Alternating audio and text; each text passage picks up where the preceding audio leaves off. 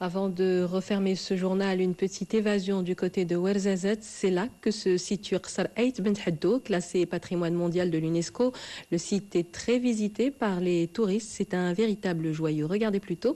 Le reportage est de Abdelhamid Ben Taleb et Sami Harissi. Derrière cette borne se cache un lieu d'exception. Cette forteresse du XVIIIe siècle a fasciné plus d'un réalisateur de films d'époque.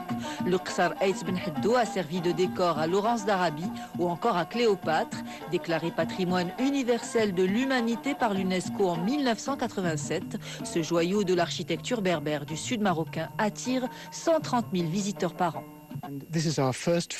C'est la première journée que nous passons ici et c'est vraiment fabuleux. Nous avons vu des images de ce village au cinéma, dans le film Gladiator et dans d'autres. Mais d'être réellement ici, c'est vraiment extraordinaire. C'est ma première visite ici, c'est à couper le souffle, c'est magique, un lieu qui vaut le détour.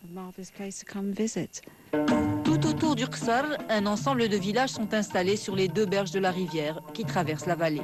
La plupart de ses habitants sont d'anciens nomades qui ont définitivement posé leurs valises, subjugués par la beauté du site. Ils déplorent pourtant l'insuffisance des infrastructures. Les tournages de films sont souvent leur seule source de revenus. Oh, vous savez, pour ce qui est du travail, ça dépend des jours. Quand il y a des films, ça va.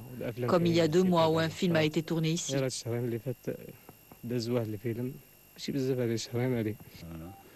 Nous avons besoin d'être raccordés au réseau électrique et puis il faut un pont.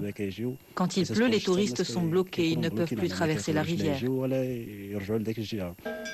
Ce Qsar, d'une superficie de 2300 mètres carrés à une trentaine de kilomètres de Ouarzazate, a connu son âge d'or entre le XVIe et le XVIIIe siècle, en servant de relais de commerce aux caravanes du Sud.